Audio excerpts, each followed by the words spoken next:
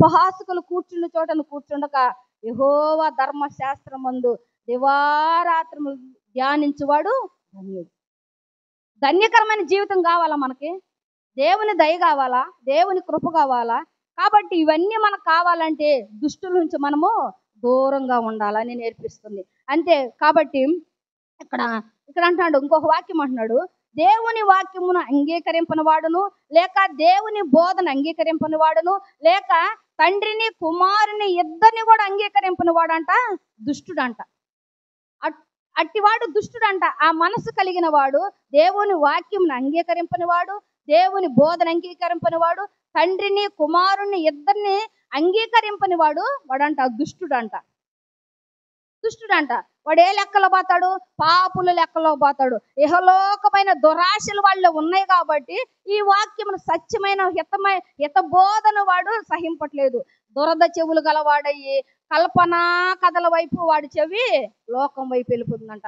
అందుకే ఇక్కడ అంటున్నాడు, ఇహలోక సంబంధమైన దురాశలను, ఇహలోకమైన వాటిని మనము విసర్జించాలా.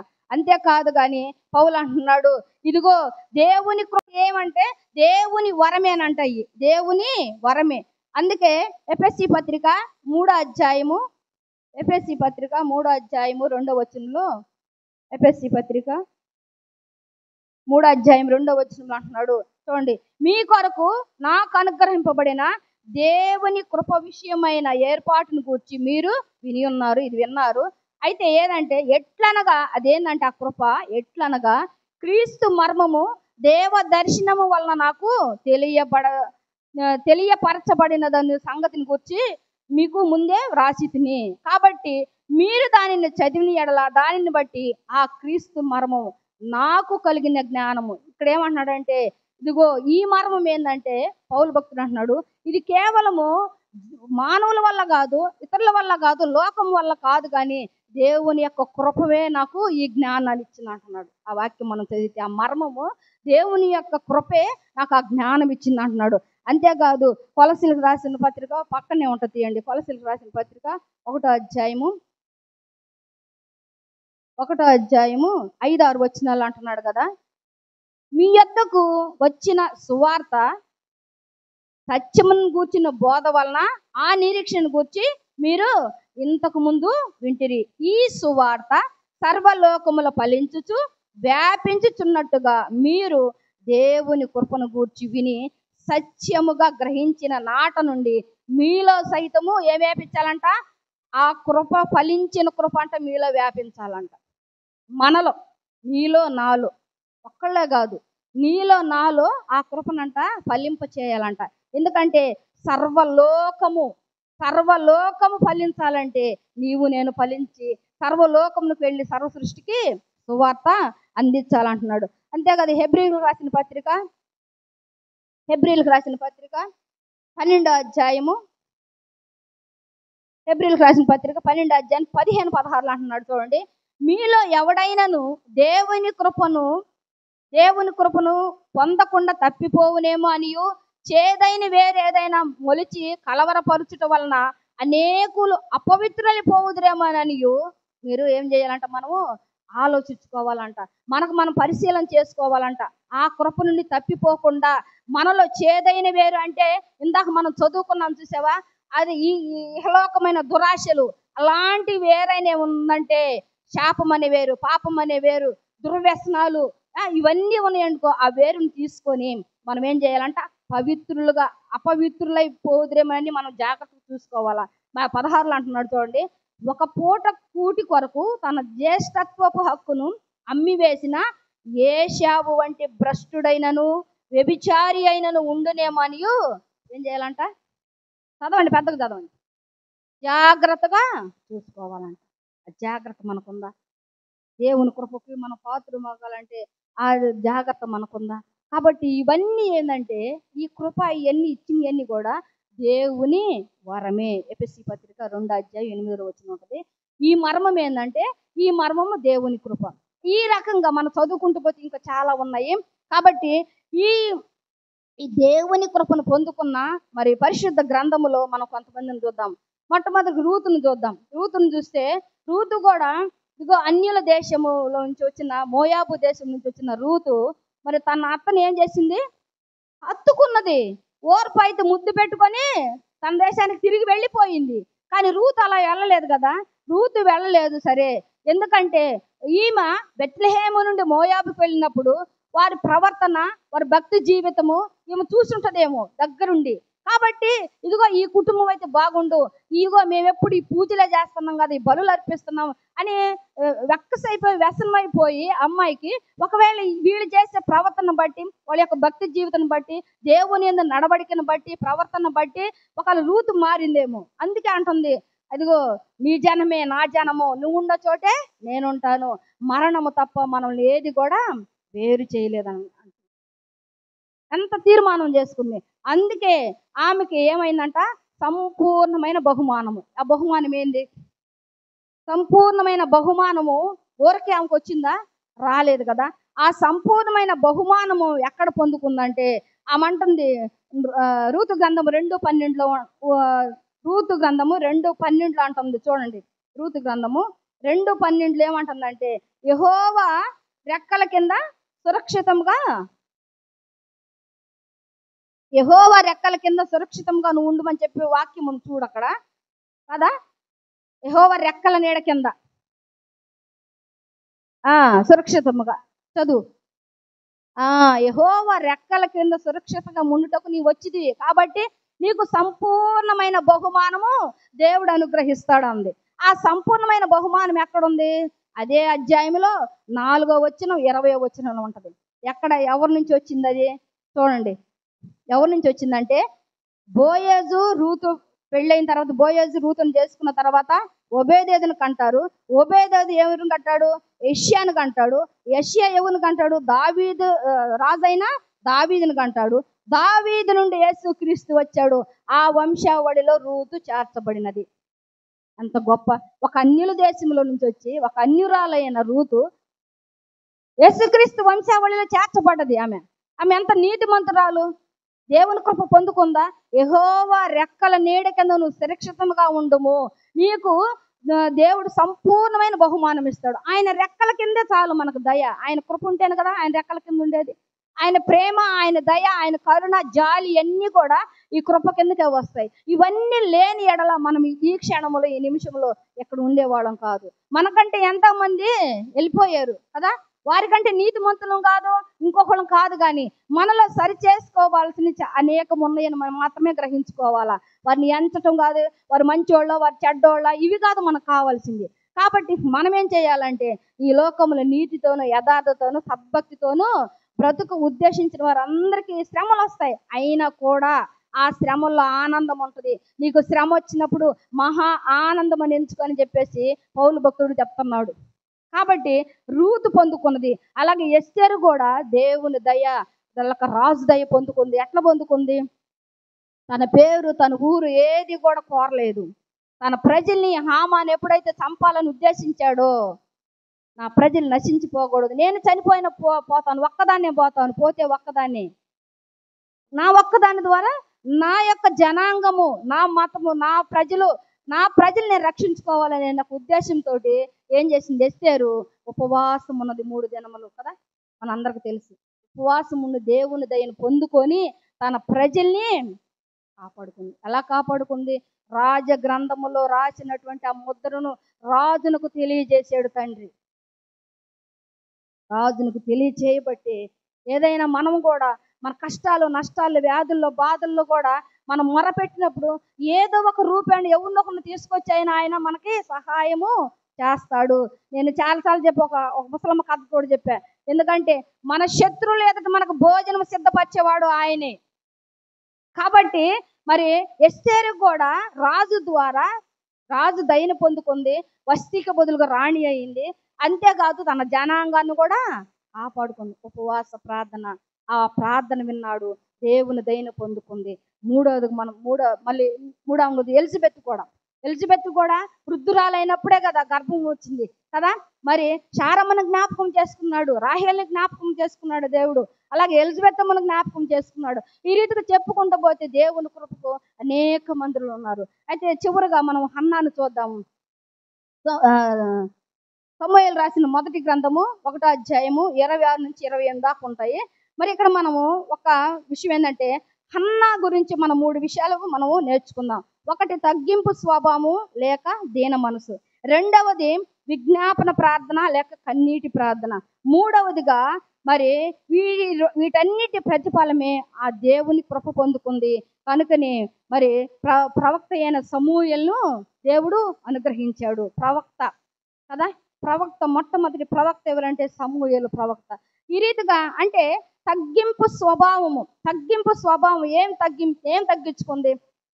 సమూయేలు మొదటి గ్రంథము 1వ అధ్యాయము సమూయేలు మొదటి గ్రంథము 1వ అధ్యాయము 12 నుంచి చూద్దాం. 1వ అధ్యాయము 12 నుంచి మనం చూస్తే చూడండి, 10 నుంచి చూడు, 10, 11 అది 12 కూడా కలిసి ఉన్నాయి.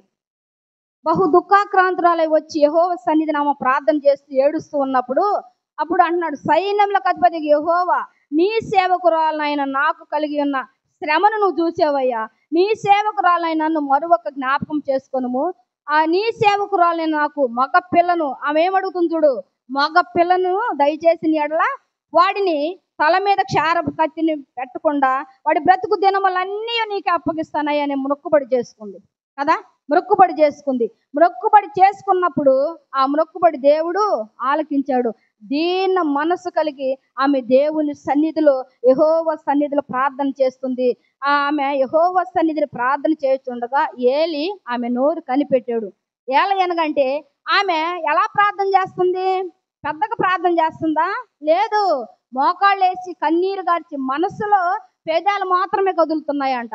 మనస్సులో ప్రార్థన చేసుకుంటుంది. దుఃఖాక్రాంతురాలైంది. ఒకవేళ గొడ్రాలని పేరు ఉందేమో, నీకు బిడ్డలు కలగలేదని పేరు ఉందేమో, అలాంటి నిందలు అవమానాలు మోసింది కాబట్టి వచ్చి దేవుని సన్నిధిలో శిలోహు దేవుని మందిరములో దుఃఖాక్రాంతురాలయ్యి ఆమె ఏం చేస్తుంది? దీన మనసు కలిగి తగ్గించుకొని ప్రార్థన చేస్తున్నప్పుడు ఏలి అంటున్నాడు, ఏమ్మా ఏంది నువ్వు నోరు మెదపకుండా ప్రార్థన చేస్తున్న మొత్తురాలు ఏం తీసుకున్నావు ఏంది అని అంటే అప్పుడు ఆమె అంటుంది చూడండి, 14 అంటున్నాడు, ఎంతవరకు నీవు మత్తురాలవై ఉందువు, నీవు ద్రాక్షారసమును నీ యొద్ద నుండి తీసివేయమని చెప్పగా అన్న అంటుంది, అది కాదు నా ఏలిన వాడ, నేను మనోదుఃఖము కలదానై ఉన్నాను.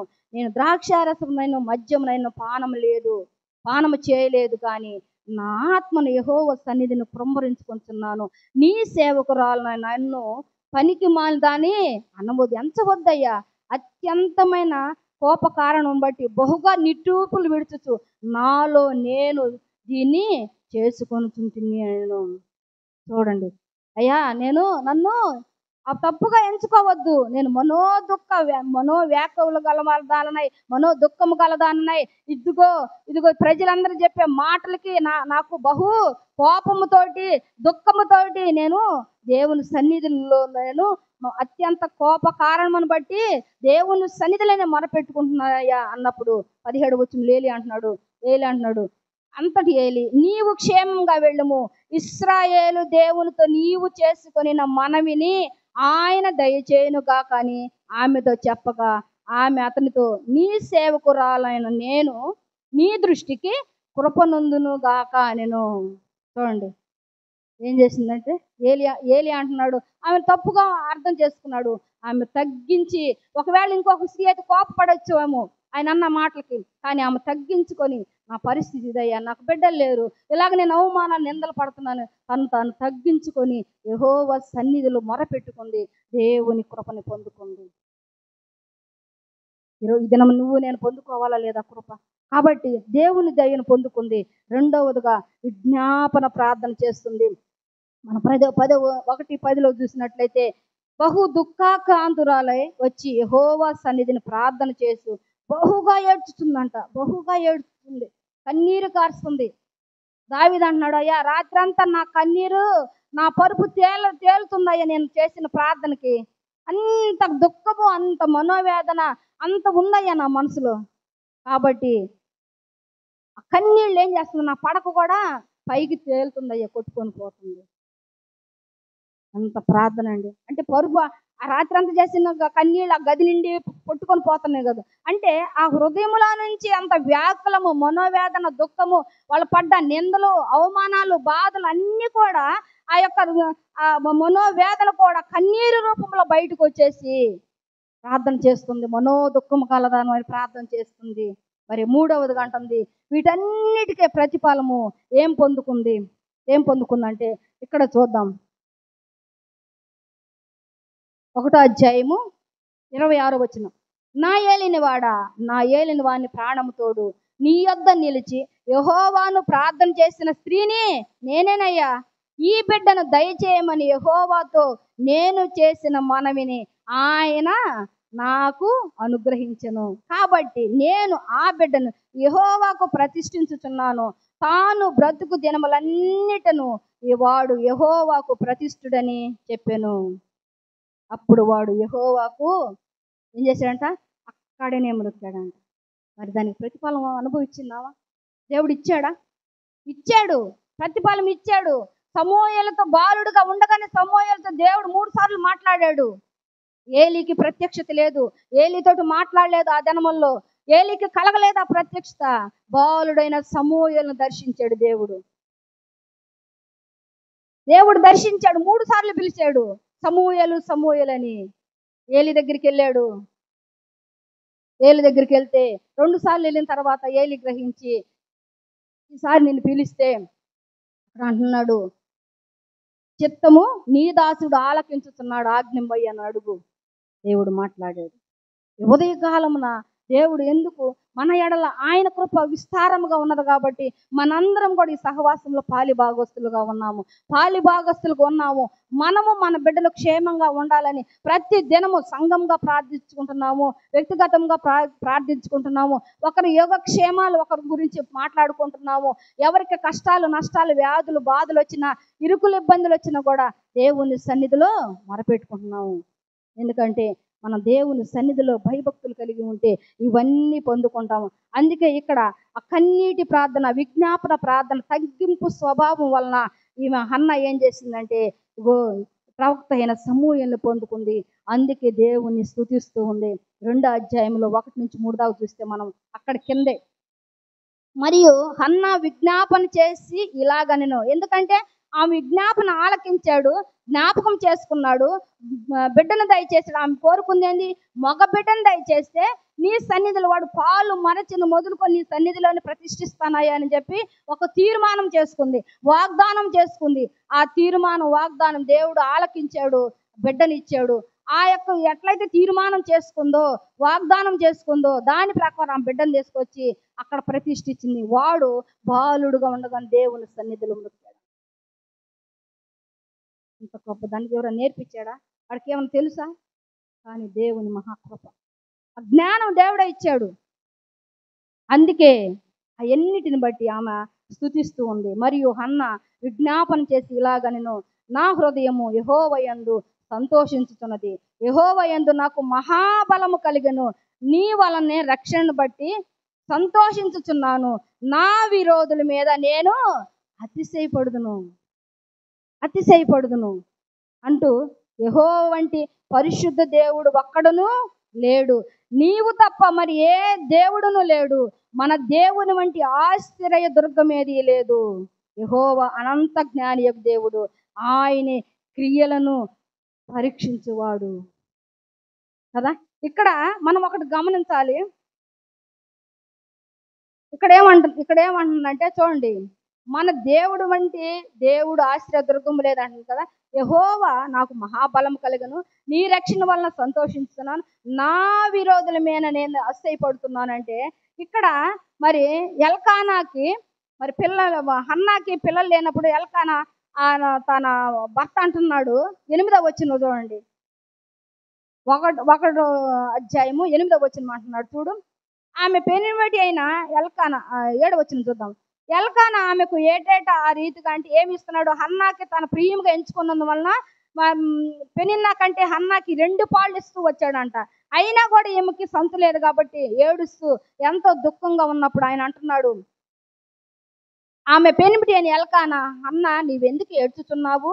నీవు భోజనం మానుట ఎలా? నీకు మనోవిచారం ఎందుకు కలిగినది? 10 మంది కుమారుల కంటే నేను నీకు విశేషమైన వాడను కానా అని ఆమెతో చెబుతూ వచ్చింది. తన భార్య దుఃఖములో ఉన్నప్పుడు, అవమానములు నిందల్లో పడుతున్నప్పుడు తన భర్త ఓదార్చాడు.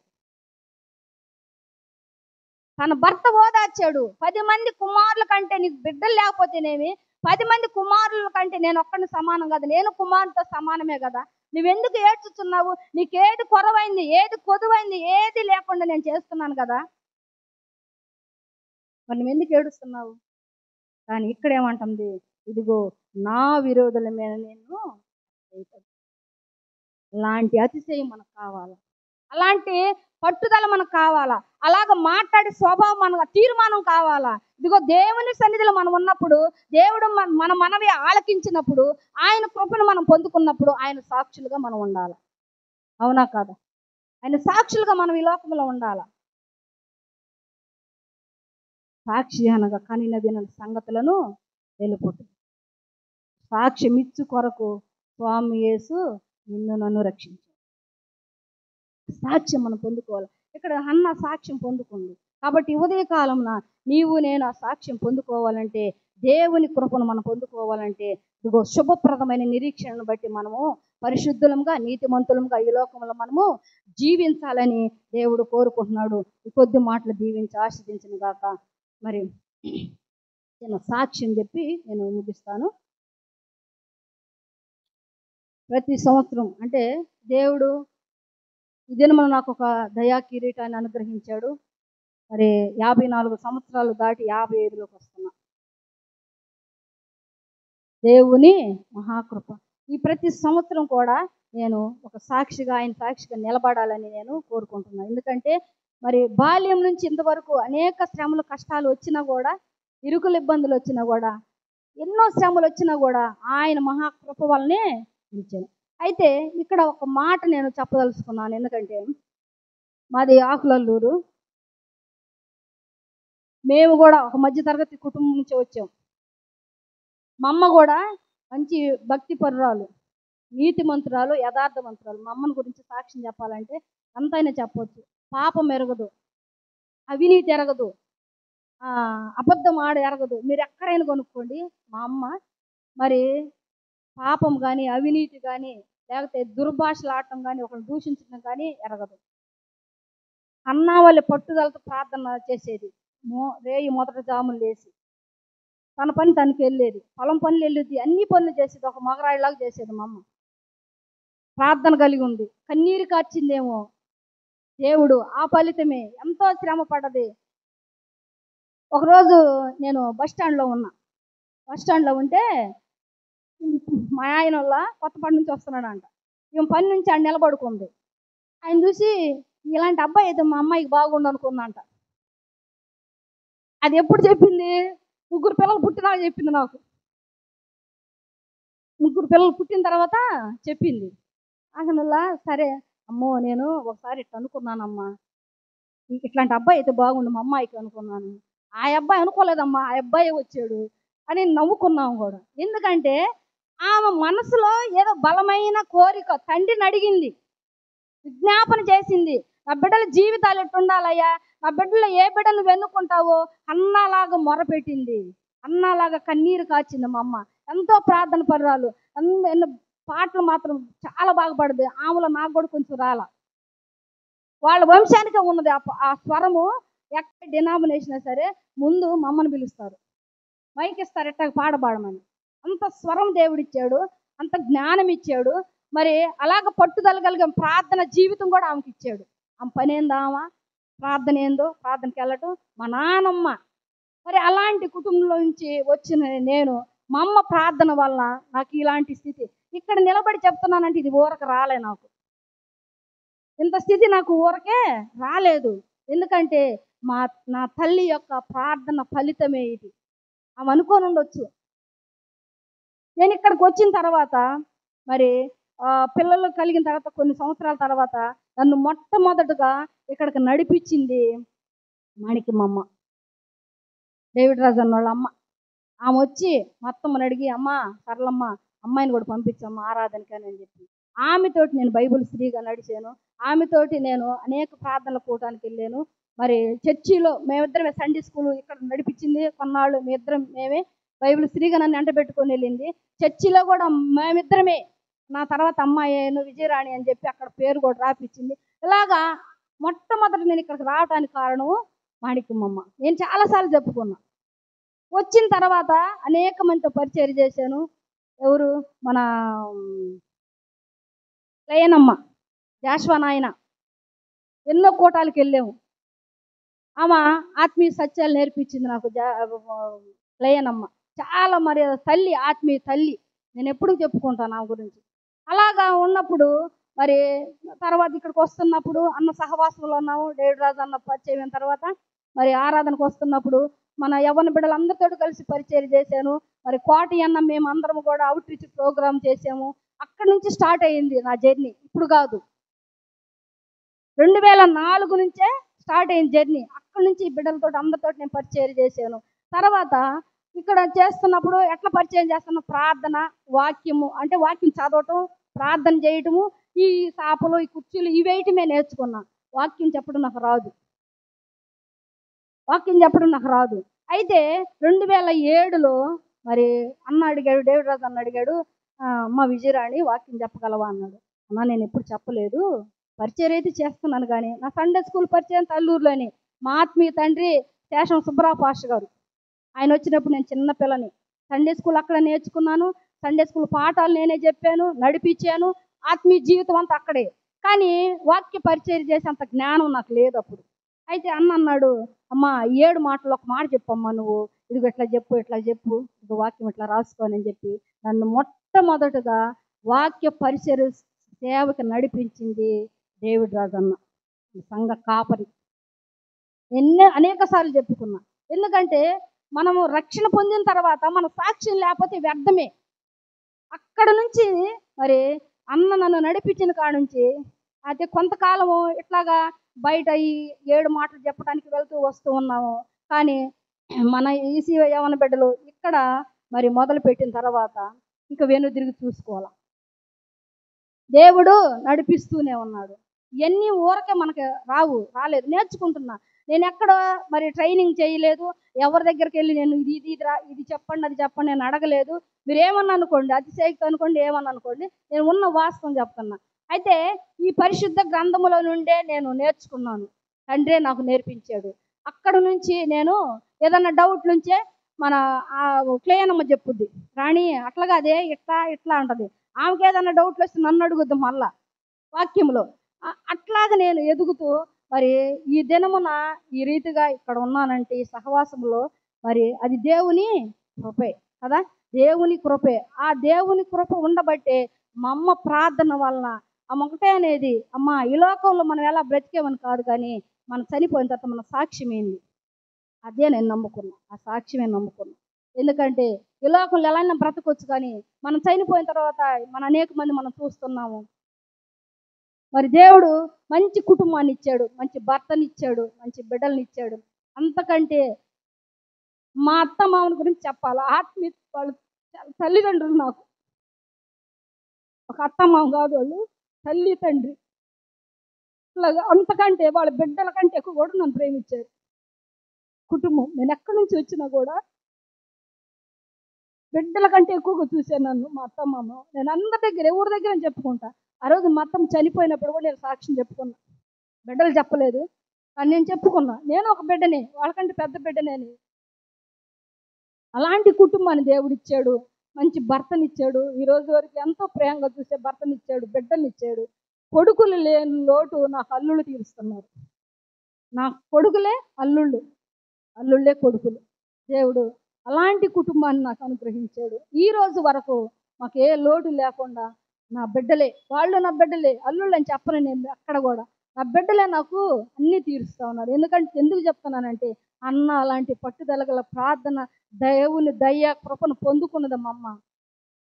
అందువల్లే ఆమె ప్రార్థన వల్లే నాకు జీవితం అనుగ్రహించాడు దేవుడు. అది ఈనాటికి ఇక్కడికి రావాలంటే ఇంత టైం పట్టింది, ఇన్ని సంవత్సరాలు పట్టింది. అలాంటి కృప. మా నాన్న కూడా ఇక్కడ ఒంగోలులోనే మరి కట్ల మేస్త్రిగా ఉండేవాడు. ఈ ఒంగోలు టౌన్లో కట్ల మేస్త్రి అంటే మా నాన్న కూడా యథార్థపరుడు. ఆకలి అంటే జేబులో తీసుకొని బయటికి ఇచ్చేస్తాడు. అలాంటి వ్యక్తి మా నాన్న మనసు, మా అమ్మ మా నాన్న. మరి అలాంటి కుటుంబంలో వచ్చినప్పుడు అలాంటి తల్లిదండ్రులను దేవుడు నాకు ఇచ్చాడు. అలాంటి వాళ్ళకంటే మిన్నగా ఎటు పోకుండా, ఎవరి దగ్గర చేయి చాపకుండా, మా మామయ్య అయితే నన్ను ఎంట పెట్టుకుని ఒక బిడ్డలాగా తిరిగేవాళ్ళము. అలాంటి కుటుంబం దేవుడు నాకు అనుగ్రహించాడు. ఈరోజు నేను సాక్షిగా ఉండానంటే అది ఊరకు రాలేదు. అయితే చివరగా ఒక మాట చెప్పాలి నేను. ఎందుకంటే ఇన్ని సంవత్సరాల తర్వాత ఈ మాట ఎందుకు చెప్తున్నావమ్మా మీరని మీరు అడగొచ్చు. అయితే కొన్ని పరిస్థితుల వల్ల నేను చెప్పాలనుకుంటున్నాను.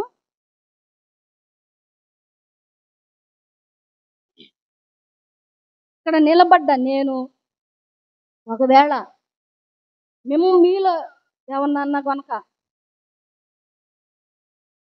మాట్లాడి ఉంటే ఉచితంగా ఏదన్నా అంటే ఒక అలా అంటే నన్ను క్షమించమని మొదటిగా మిమ్మల్ని అందరిని అడుగుతూ ఉన్నాను. చిన్నవాళ్ళు కానీ పెద్దవాళ్ళు కానీ.